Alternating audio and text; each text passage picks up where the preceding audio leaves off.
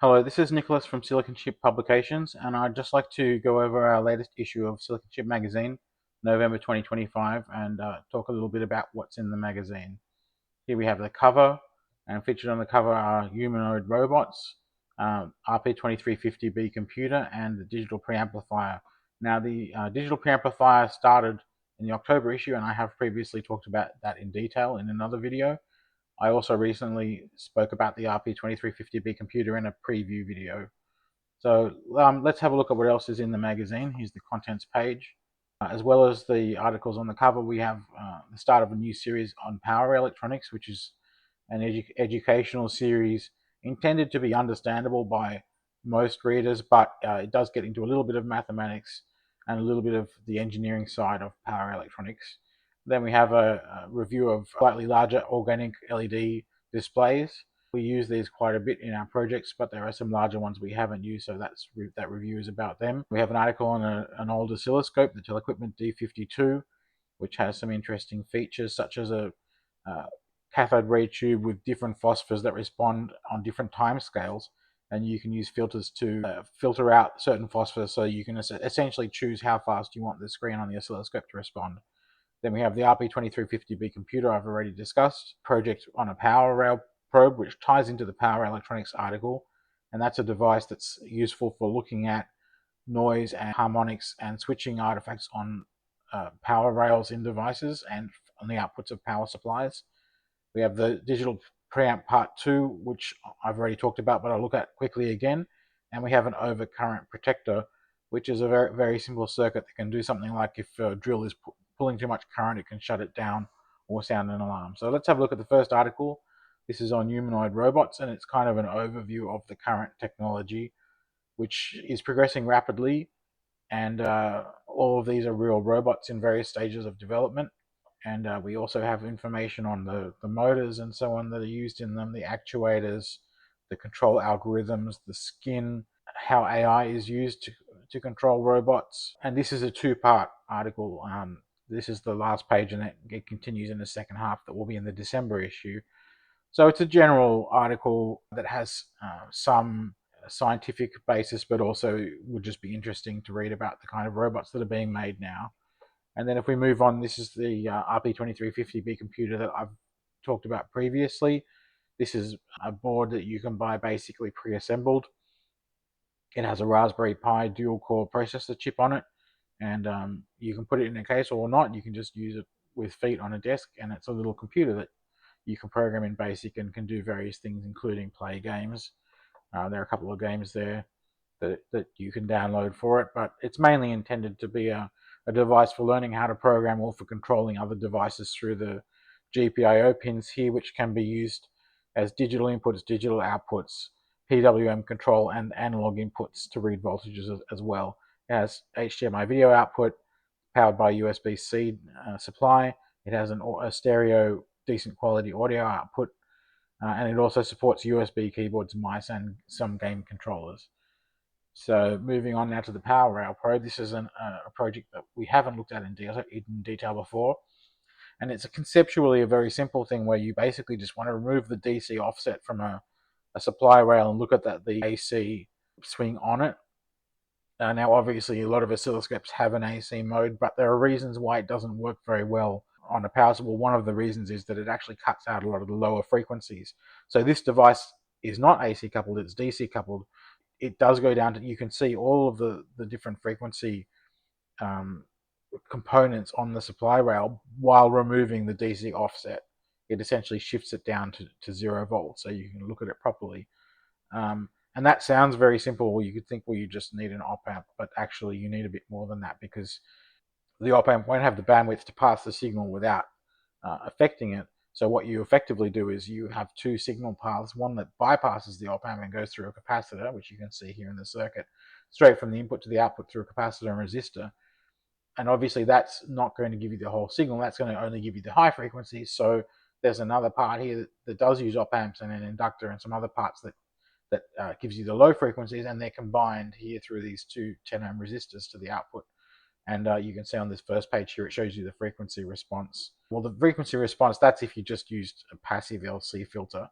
and it gives you a notch which you don't want. You want to see, you want a flat line.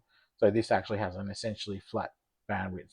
So it's a clever little circuit, and it's a neat little board. Doesn't cost a lot to build. There's really not a lot on it other than the quad op amp and I think a voltage regulator here that generates. In fact, you can see here the op amp runs from split supplies. It has a positive and negative rail, and that chip is there to well, that's the battery charger. Actually, it runs off a battery so that it's a nice quiet supply rail, but it also has a split supply which is actually produced using this op amp here. So the 4 op amps in the package, 1 is not used, 2 are used for signal processing, and 1 is used to split the supply.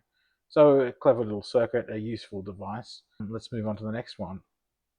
This is the start of a new series that I think people will really enjoy.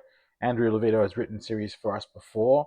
I believe the last series was on precision electronics, and it ran about 8 parts, and it talked about all the different aspects of building precision devices. And now we're talking about power electronics, so more about DC converters, DC AC converters, AC DC converters, and I guess motor control may be a subject as well. And we start, this first part is going to start relatively simply. So it starts talking about buck DC converter, so step down, reducing the voltage, how that works, how you analyze it. And then some other DC converters.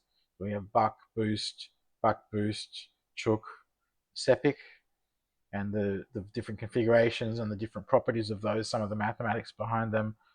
And this is all, like the mathematics is sort of high school level, maybe advanced high school level, but it's you don't have to be a PhD to understand this. And I think a lot of people will get enough out of the mathematics that it's worthwhile. We also have an important part of this series, like with his previous series, it's not just theoretical. He actually does build these circuits and test them and show the results. So here he's actually built a buck converter, and here are some of the actual waveforms from it. And you can see he's also simulated it, and he's showed how the simulation shows pretty much the same waveforms as the actual circuit. So that's always a good thing. If you're working with simulation, you want to know that it's giving you accurate enough results to be useful. So that's a nice article there, and that will continue for I think around 8 parts. So it'll be going into mid 2026. Now here's our article on these OLED panels. There's a circuit of one of these panels because you can see there is a bit of circuitry on there. It's mainly level shifting and a little bit of a power supply, and we talk about how you can drive these from different devices. Some of the drawbacks, like this module here, its power supply is a little bit inadequate, and you can see how it actually dims when there's a lot on each horizontal line. But otherwise it's usable, and some of the others don't suffer from that problem, so that's good to know. And we show an example of how to drive one from a Raspberry Pi Pico. We have some software to download to do that. So it's a good way to get started if you want to drive OLED displays. This is the digital preamp and crossover part 2 that I've talked about previously. This is it's a 3-part series, and in this second part we've presented the circuit boards and assembly details and basically putting the boards together. The third part will be putting them in the case and getting it all working, wiring it up. Moving on now to this overcurrent protection article. This is a very simple article. It's just 3 pages, but that's one of the nice things about it. It's a clever idea. You take a reed switch, you wind some wire around it to form an electromagnet, and you have a current limiter. So basically, depending on how many turns you have of your wire, that determines how much current has to flow through the wire to trip the reed switch, and then you can use the reed switch to drive a relay to break the power, or to drive a piezo buzzer to sound an alarm. So clever idea there, and a practical one too. He shows you how to integrate it into a drill if that's what you want to do, but there are many other applications. And then we got onto our vintage electronics about this Telequipment oscilloscope. As I said, there are some interesting things about the CRT. Here's the schematic of the CRT. It's a true dual beam CRT, so there's 2 different electron beams being steered separately at the same time. I think the horizontal steering is shared, so they both sweep across the screen at the same time, but they can have different vertical positions, which of course is what you want if it's an oscilloscope. And not only is it dual beam, it's also multi-phosphor. So he shows here how you can use the filters to select the phosphors and therefore control whether you're seeing fast artifacts or not. Here's a partial circuit about it, some of the problems that he found with aging of the components where these resistors have a tendency to crack. That's obviously a problem. The rectifiers fail. These are some replacements that you can use. Some of the theory behind the compensation networks in there. some internal photos of the oscilloscope. It's valve based, as you can see, replacing some of the capacitors with more modern devices. And that's an ad from back in the original. Here's the power supply. He's highlighted some areas of interest there. Quite an interesting device, I think, from the late 1960s. And there are other articles in this issue of Silicon Chip. If we go back to the contents, we can see. I'm not going to go over everything. We have a couple of circuits in Circuit Notebook. We have the mailbag section with readers' letters, Serviceman's Log, which is stories about repairing things, with some cartoons. We have Ask Silicon Chip, where we answer readers' questions, and then some Market Center, and there are some ads and things as well. Anyway, I think quite a good issue, this November issue. Please check it out on our website, siliconchip.com.au.